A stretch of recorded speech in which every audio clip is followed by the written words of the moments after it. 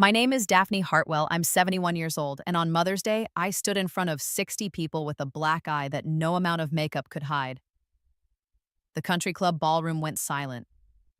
Not the polite kind of quiet where people pause their conversations, the kind where champagne glasses stop halfway to mouths, where forks freeze above plates, where every pair of eyes locks onto one thing: my face. The bruise bloomed purple and yellow across my left cheekbone, spreading up to my temple. Foundation caked thick in the creases couldn't cover the swelling. The cut above my eyebrow had scabbed over, dark and obvious under the crystal chandeliers. My son Quillon stood at the microphone, his arm around his wife Sable. He looked at me, really looked at me, and something crossed his face. Not concern, not horror, pride. "It was my wife," he said into the microphone, his voice carrying across the silent room. "She taught her some respect." 60 people heard him say it. 60 witnesses to my humiliation. Sable smirked, that same cold smile she'd worn 3 nights ago when she stood over me in my kitchen, her hand still raised for another blow. My daughter Isolde grabbed my arm, her fingernails digging into my skin. "Mom," she whispered, her voice shaking. Tell them what she did." But I couldn't speak, couldn't move. The shame pressed down on my chest like a weight. Then the ballroom doors opened. "Hi, viewers, kindly tell us where you're watching from and what time it is." My brother Caspian walked in. He was late, still wearing his travel clothes from the airport. At 73, he carried himself like a man who'd spent 50 years commanding respect in operating rooms across the country. Silver hair, green eyes that missed nothing, a jaw set like stone. He looked at my face, his hands clenched into fists. The room held its breath. Caspian walked straight to the microphone, straight to my son. His shoes clicked against the hardwood floor, each step deliberate, measured, the sound of a man who'd made a decision. He stopped inches from Quillon's face. "You want to know what your wife did?" Caspian's voice was quiet. Deadly quiet. "3 days ago, Sable went to your mother's house and beat her because Daphne wouldn't give her access to your trust fund. The trust fund your father set up to protect you from people exactly like her." The room exploded, but Caspian wasn't finished. He turned to face the crowd, his doctor's voice carrying to every corner. "That injury on my sister's face isn't from a fall, it's from being struck. Multiple times. By someone who knew exactly what she was doing, and I can prove it." He pulled out his phone, held it up. "Because Daphne's security camera caught the whole thing." Sable's face went white as paper. Her smirk vanished. Her hand dropped from Quillon's arm. My son looked at me, really looked at me, and for the first time in 2 years, I saw doubt crack through the wall Sable had built around him. "Mom?" His voice broke. "Is that true?" I opened my mouth to answer, but before I could speak, Sable lunged for Caspian's phone. 3 days earlier, I'd been standing in my kitchen making tea when I heard the key turn in my front door lock. I'd given Sable that key 6 months ago. "For emergencies," I'd said. "For times when you need to check on me." She'd used it exactly once before, the day she came to tell me I wasn't welcome at Quillon's birthday party because my negative energy would ruin the celebration. Now she stood in my kitchen doorway at 9 o'clock at night, wearing a black dress that cost more than my monthly mortgage. Her heels clicked against the tile I'd picked out when my husband Terrence and I bought this house, back when I thought I'd die in the family estate, surrounded by grandchildren. Before Sable convinced Quillon that his mother needed to downsize. "We need to talk about the trust fund," she said. No hello, no pretense of warmth. I set down my teacup. "The trust fund isn't up for discussion." "Everything is up for discussion, Daphne." She moved closer.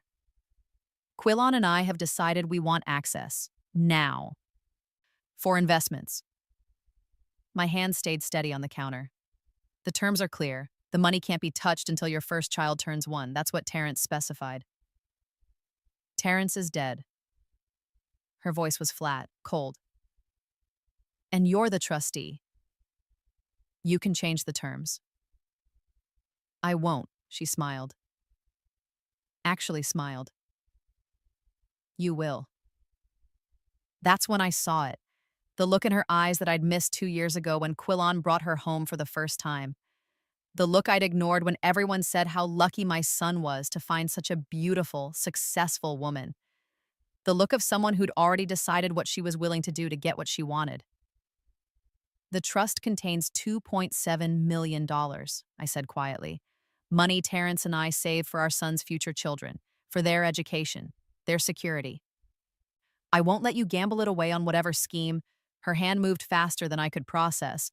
The slap snapped my head sideways. Pain exploded across my cheek, my vision blurred. The kitchen tilted. I grabbed the counter to keep from falling. Don't you ever— another slap, harder this time. My ear rang.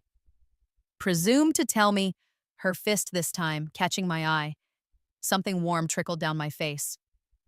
What I can and cannot have. I tried to speak, tried to scream, but her hand closed around my throat.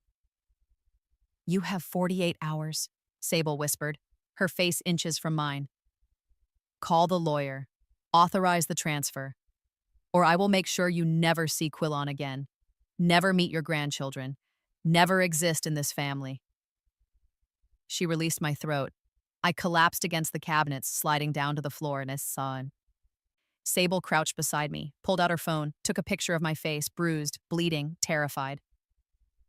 Insurance, she said. In case you think about going to the police.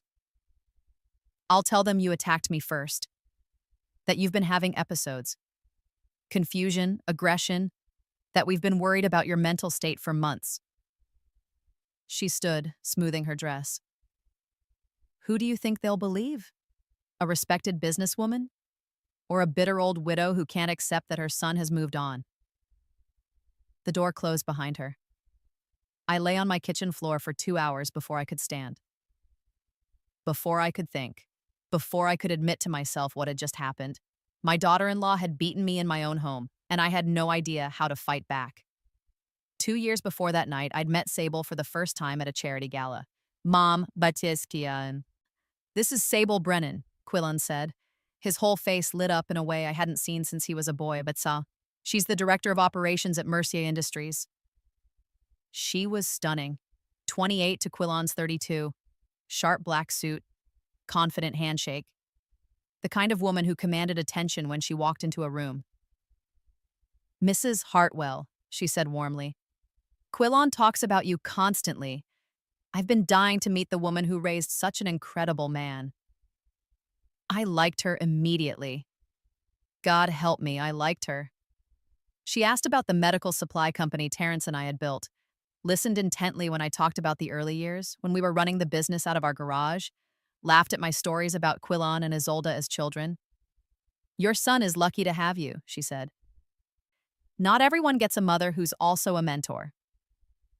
3 months later, they were engaged. 6 months after that, married in a ceremony that cost more than my first house. The changes started small. So small I told myself I was imagining things. Quillan stopped calling as often. Once a week became once a month.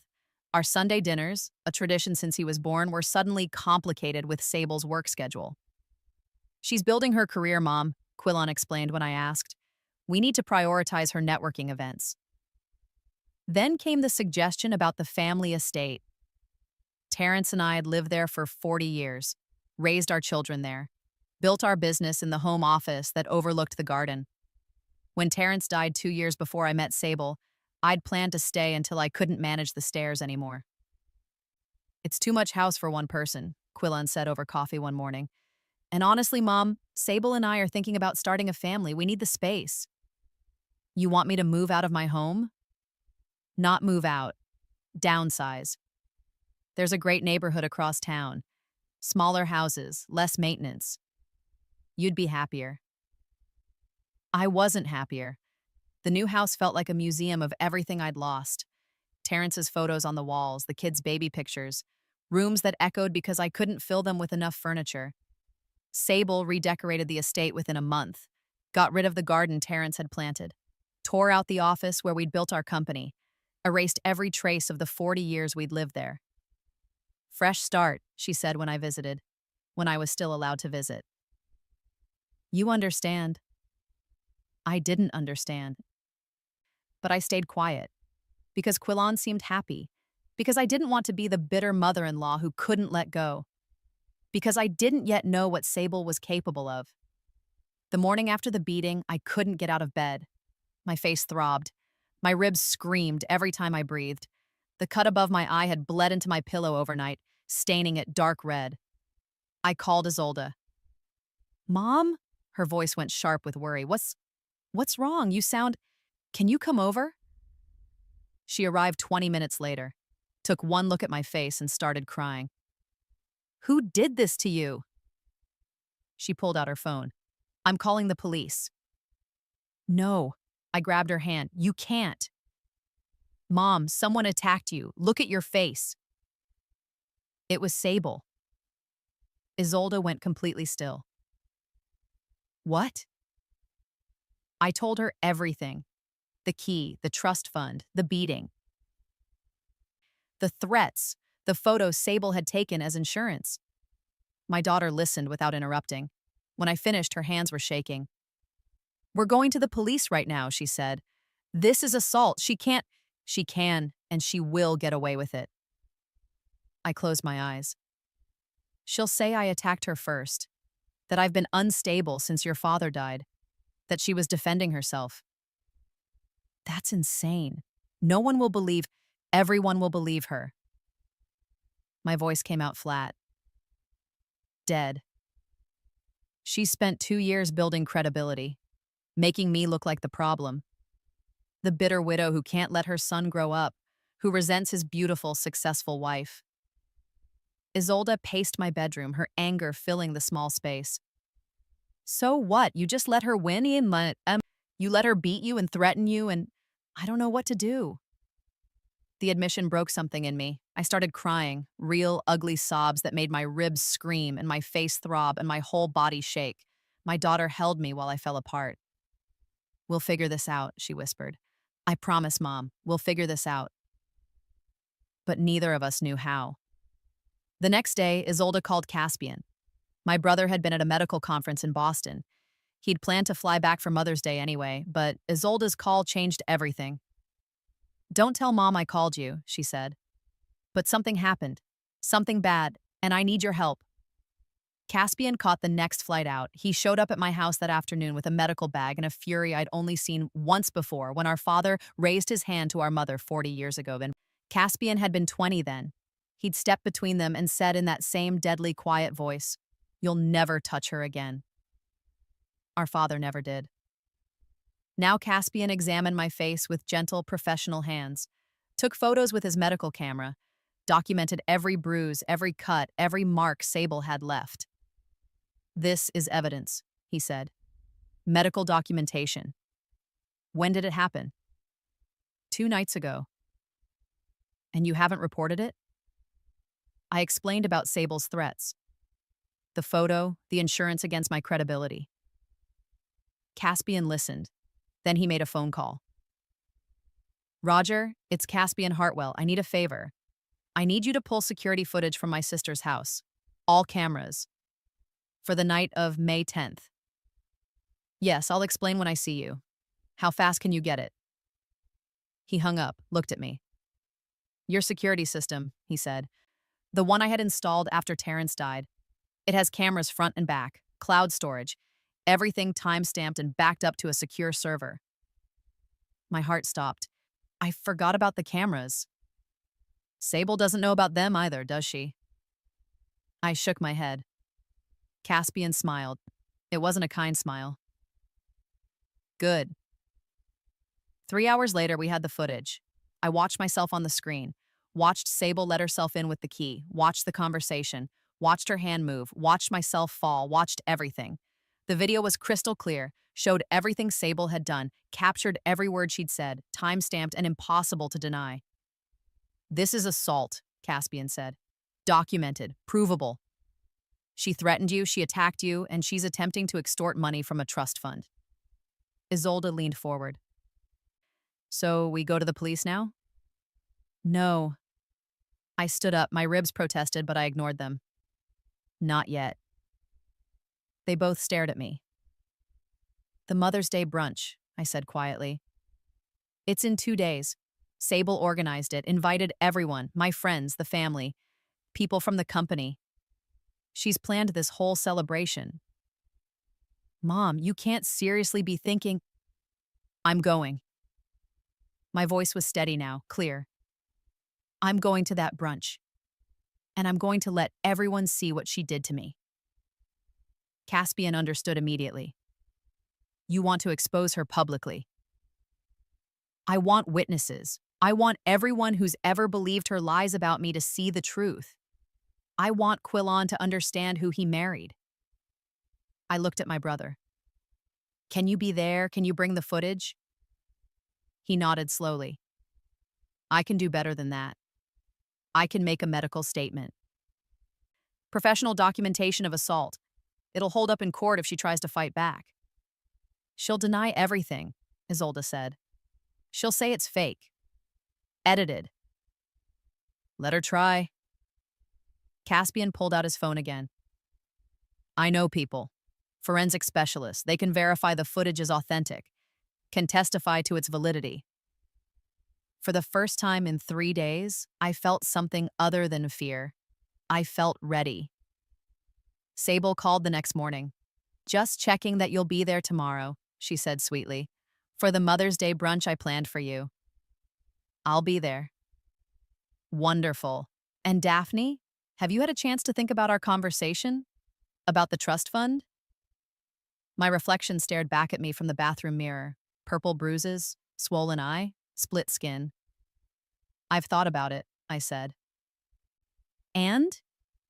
I'll give you my answer tomorrow at the brunch. She paused. That's not what we agreed. It's what I'm offering. Another pause. Longer this time. I could almost hear her calculating, deciding whether to push or wait. Fine, she said finally. Tomorrow. Don't disappoint me, Daphne. She hung up. I stood in my bathroom looking at what she'd done to me, what she'd thought would break me. Tomorrow, I thought. Tomorrow, everyone will see. Mother's Day morning, I woke up at 5. I couldn't sleep anyway. My face hurt, my ribs hurt, everything hurt, but I got up, showered carefully, dried my hair, put on the navy dress I'd bought for the occasion before I knew I'd be wearing it with a black eye. Then I sat at my vanity and picked up my makeup. I could cover the bruises. I was good with foundation. I could make myself look normal, presentable, like nothing had happened. My hand hovered over the makeup sponge. Then I put it down. No, I thought, let them see. I applied just enough foundation to look like I'd tried to cover it, like I hadn't wanted people to notice, but not enough to actually hide anything. The bruises showed through. Obvious. Undeniable. Perfect. Isolde picked me up at 10. She took one look at me and her eyes filled with tears. You're sure about this? She asked. I'm sure. Quillon is going to lose his mind when he sees you. Good. We drove to the Riverside Country Club in silence, the same place where I'd celebrated 20 anniversaries with Terrence, where we'd held Quillon and Isolde's graduation parties, where everything in my life used to make sense. The ballroom was decorated in blush pink and cream, white roses on every table, champagne fountain, string quartet in the corner. Sable had spared no expense. She saw me the moment I walked in. Her eyes went to my face, narrowed, calculated. She'd expected me to cover the bruises, to hide what she'd done. My exposed face was not part of her plan, but she recovered quickly, plastered on a smile, walked over with her arms open like we were the best of friends. Daphne, you made it! Oh my goodness, what happened to your face? 60 people turned to look. I fell, I said clearly, loudly, in my kitchen 2 nights ago. Sable's smile tightened. Oh, you poor thing. You really should be more careful. At your age, falls can be so dangerous. She squeezed my arm. Her fingers found the bruise beneath my sleeve. Pressed down hard enough to make me gasp. Why don't we get you seated? She said sweetly. The brunch is about to start. She guided me to the head table, sat me down in the guest of honor chair. Quillon appeared at the microphone. He looked at my face, frowned. Good morning, everyone, he said. Thank you for coming to celebrate Mother's Day with us. I want to take a moment to honor my mother, Daphne. Polite applause. My mother taught me many things growing up about hard work, about dedication, about respect. He paused. But she also taught me that sometimes you have to make difficult choices, that putting your marriage first means setting boundaries, that mothers can't control their adult children's lives forever. My hands clenched in my lap. My wife, Sable, has helped me understand healthy relationships. She's shown me what it means to prioritize your spouse, to build a life separate from your parents. Sable stood beside him, glowing. Mom, Quillon said, looking directly at me. I know this transition has been hard for you. I know you've struggled with accepting Sable into our family. But I need you to understand, she is my family now, my priority. And if you can't respect her, we're going to have to establish some serious boundaries. The room was silent. Isolde stood up. Quillon, look at Mom's face. Really look at it. I am looking. She said she fell. She didn't fall. Someone hit her. Gasps rippled through the crowd. Sable stepped forward, tears welling in her eyes.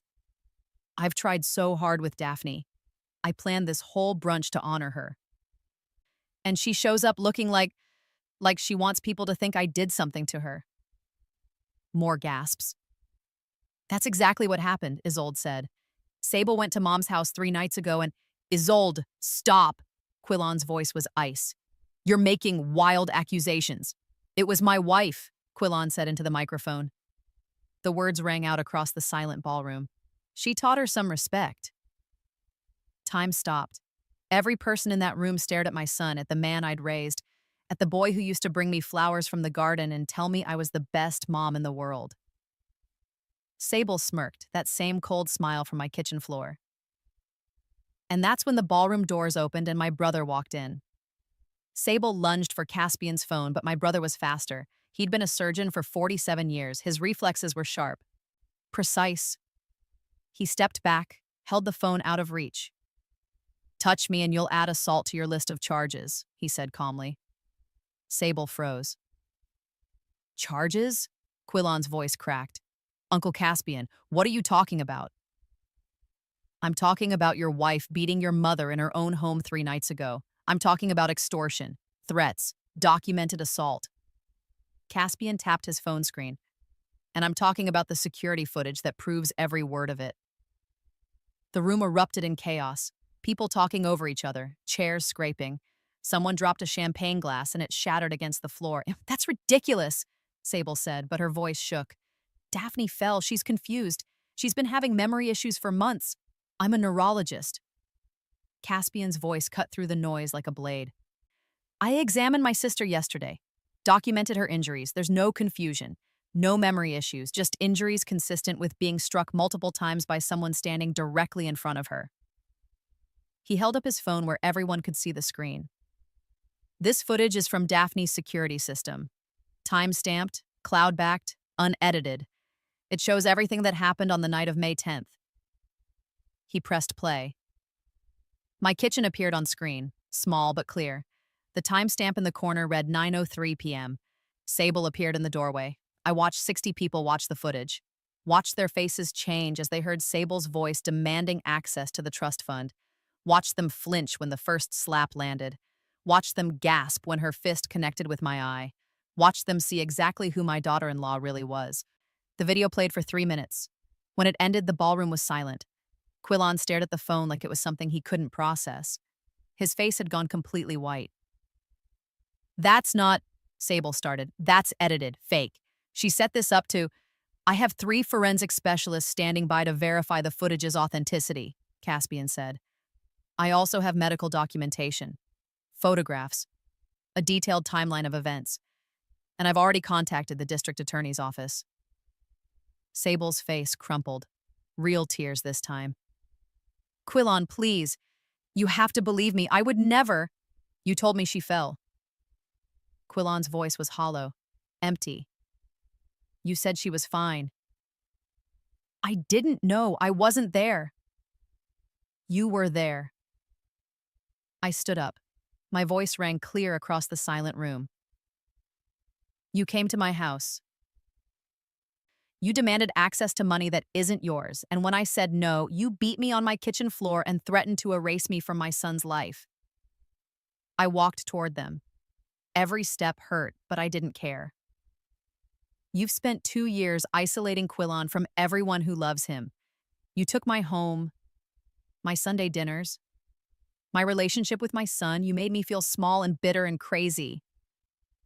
I stopped in front of Sable. But you made one mistake. You underestimated how much I was willing to endure to protect my family. Sable's tears had stopped. Her face hardened. You think you've won? She hissed. You think this changes anything? Quillon loves me. He'll forgive me. We'll get past this, and you'll still be the bitter old woman no one wants around. Quillon grabbed her arm. Get out. What? Get out. His voice shook with rage. Get out of this club. Get out of my house. Get out of my life. Quillon, please. I said get out, he was shouting now. Security! 2 security guards appeared. They escorted Sable toward the exit while she screamed about how this was all a misunderstanding, how I'd manipulated everyone, how she was the real victim. The doors closed behind her. The room stayed silent. Quillon turned to me. His eyes were red. Mom, Don't. I held up my hand. Not yet. Not here. He nodded, looked down at his hands like he didn't recognize them. Caspian appeared at my side. The district attorney wants to press charges, assault, attempted extortion, breaking and entering. Will it stick? With this evidence? Absolutely. I looked around the ballroom, at the 60 witnesses to my humiliation, to Sable's exposure, to my son's world falling apart. Good, I said. Isolde wrapped her arms around me. You did it, Mom. You actually did it. But I didn't feel victorious. I felt tired, hurt, sad for the son who'd have to rebuild his life from the ashes of his marriage. Still, it was done. The truth was out, and for the first time in 2 years, I could breathe. The week after Mother's Day passed in a blur of police statements and lawyer meetings. Sable was arrested on Tuesday, charged with assault, extortion, and criminal threatening. The security footage made the case airtight. Her lawyer tried to argue that I'd provoked her, that the trust fund was marital property, that she'd acted in self-defense. None of it worked. The judge set bail at $50,000. Sable's parents posted it within hours. But the damage was done. Her face was all over the local news, the woman who'd beaten her elderly mother-in-law over money. Her job at Mercier Industries quietly let her go. Her friends stopped returning her calls. The life she'd built, the credibility, the reputation, the power, crumbled in less than a week. Quillon filed for divorce on Friday. He came to my house that evening, stood on my doorstep looking like he'd aged 10 years in 5 days. Can I come in? He asked quietly. I let him in. We sat in my small living room, the one that wasn't the family estate, the one Sable had made me move to. I'm so sorry, Mom. His voice broke. I'm so sorry I didn't see it. I'm sorry I didn't believe you. I'm sorry I let her... Stop. I took his hand. You were manipulated. She's good at it. That's what people like her do. I should have known. I should have seen the signs. Maybe, but you're seeing them now. He cried then, 32 years old and crying like he was 5 again. I held him while he fell apart. I don't know how to fix this, he whispered. You start by accepting that you can't fix it. You can only move forward. How? One day at a time. One choice at a time. I pulled back to look at him. You start by being honest about what happened, by making amends where you can, by learning from this. I said terrible things to you at the brunch, before Uncle Caspian came in. I know. I told everyone you were the problem, that you couldn't respect my marriage, that you needed boundaries. He covered his face with his hands. God, Mom, I'm so ashamed. Good. Shame means you understand what you did wrong. What matters now is what you do next. He looked up. What do I do next? You rebuild your life. You go to therapy. You figure out who you are without her influence. I squeezed his hand. And you accept that rebuilding trust takes time. With me. With your sister. With everyone you pushed away. What if I can't fix it? What if I've destroyed everything? Then you live with the consequences. But you don't give up. You don't run away. You face what you've done, and you do better. He nodded slowly. Can I ask you something? Anything. Why didn't you tell me? After she hit you, why didn't you call me immediately? I thought about that. About the choice I'd made to stay silent. To wait. Because you wouldn't have believed me, I said finally. She'd spent 2 years building a narrative where I was the problem. The bitter mother who couldn't let go.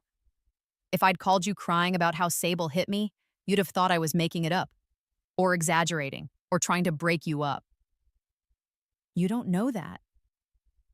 Yes, I do. Because when you saw my face at the brunch, your first instinct was to defend her, to say I'd fallen, to believe her version of events over the evidence right in front of you.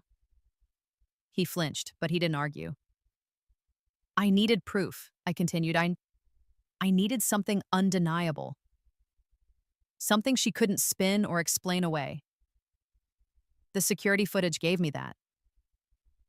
And if Uncle Caspian hadn't remembered the cameras, then I would have found another way, or I would have accepted that I couldn't reach you. I met his eyes.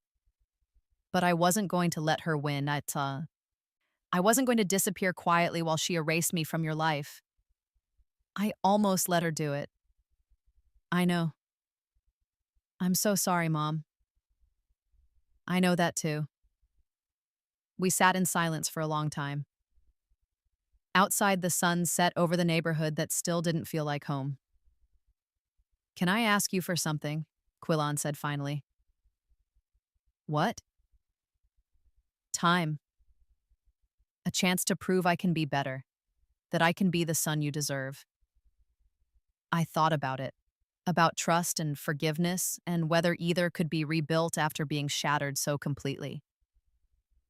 You can have time, I said. But understand this, I will never put myself in a position to be hurt like that again, by anyone, not even you. I understand. I love you, Quillan, I always will, but love doesn't mean accepting mistreatment. It doesn't mean staying silent when someone hurts me. I know. Do you? Because for 2 years you chose someone who hurt me over and over, who isolated me, disrespected me, took everything I'd built and made me feel like I had no right to my own life. His face crumpled again. I know, God, Mom, I know. Then prove it. Show me through your actions that you understand what you did. That you're willing to do the work to change. I will, I promise. I wanted to believe him. Part of me did. But another part, the part that had been beaten on a kitchen floor, knew that promises were easy. Following through was hard. Time would tell which kind of man my son really was. Sable's trial happened 4 months later. Her lawyer tried everything. Argued that the security footage invaded her privacy, that I'd set her up, that she'd been under extreme emotional duress. The jury didn't buy it. They watched the footage, heard Caspian's medical testimony, saw the photographs of my injuries. It took them 3 hours to find her guilty on all counts.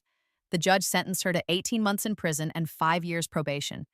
She was also ordered to pay restitution and complete anger management counseling.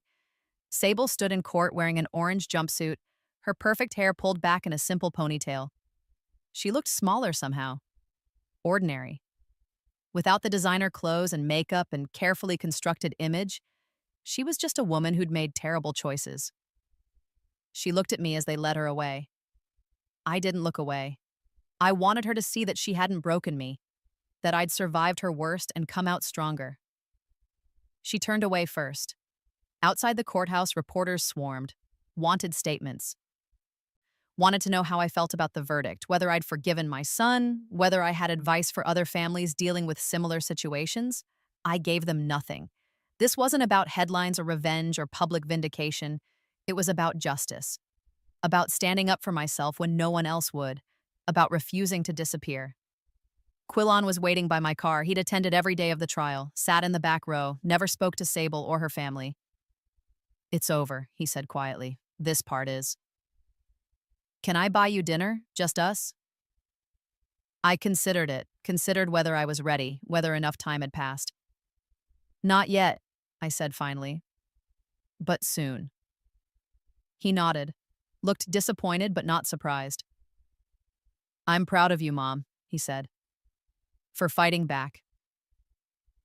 For not letting her win. I'm not proud that I had to fight at all. I know, that's on me. And I'm going to spend the rest of my life making it right. We'll see." I drove home alone. To the small house that still didn't feel like mine. That maybe never would. But it was mine. And no one could take it from me. That had to be enough. 6 months after the trial, I did something I never thought I'd do. I sold the medical supply company. Terrence and I had built it from nothing, spent 40 years growing it into something worth millions. I'd planned to pass it down to Quillan, to continue the legacy. But after everything that happened, I couldn't trust that he wouldn't make the same mistakes, couldn't risk everything we'd built on his judgment. So I sold it to a competitor for $8.2 million. Quillan was devastated. "Mom, please," he begged when I told him, "don't do this. That company is Dad's legacy. It's our family's legacy. Our family's legacy is knowing when to walk away from something that's been poisoned. I've been in therapy. I've been working on myself. I'm not the same person I was when—" "I know, and I'm proud of you for doing that work, but this isn't about punishing you. It's about protecting what your father and I built." "By selling it to strangers? By making sure it continues successfully. By not risking it on uncertainties." I softened my voice. "Quillan, you're 33 years old. You have time to build your own legacy. Something that's yours. Not something you inherited." "But I know what you wanted, but you don't always get what you want, Mima. That's part of growing up." He left angry. Didn't speak to me for 2 weeks. But eventually he came back, apologized, said he understood even if he didn't agree. Progress, I thought. Slow, painful progress. I used part of the money to set up trust funds for future grandchildren, ones that Quillan couldn't access or control. Put another chunk into investments that would support me comfortably for the rest of my life. And the rest? I donated to organizations that helped domestic violence victims, women who'd been hurt by people they trusted, who needed proof that they weren't crazy, that they deserved better. Women like me. Isolde threw me a party for my 72nd birthday that December. Just family. Caspian and his wife, Isolde and her partner, a few close friends who'd stood by me through everything. Quillan showed up with flowers and a card he'd made himself, like he used to do when he was little. "I'm sorry I don't have the perfect gift," he said. "I'm still figuring out how to show you what you mean to me." I took the card, read the words he'd written about understanding now what it meant to have a mother who fought for herself, who taught him that love meant boundaries and respect, and never accepting cruelty from anyone. "This is perfect," I told him. And I meant it. We ate cake, laughed about old memories, carefully avoided talking about Sable or the trial or everything we'd lost. At one point, Caspian pulled me aside. "How are you really doing?" he asked.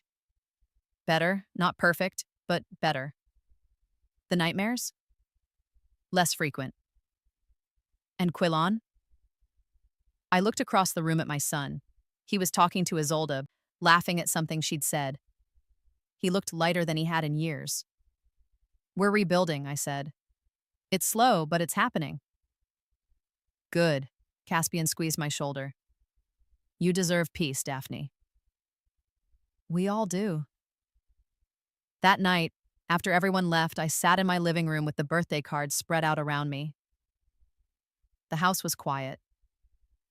Still didn't quite feel like home, but it felt safe. And maybe that was enough. 1 year after Mother's Day, I went back to the Riverside Country Club, not for a party or event, just for lunch, by myself. I walked into that same ballroom where everything had exploded, where I'd stood with a black eye and exposed the truth. It looked different in daylight, smaller somehow, less intimidating.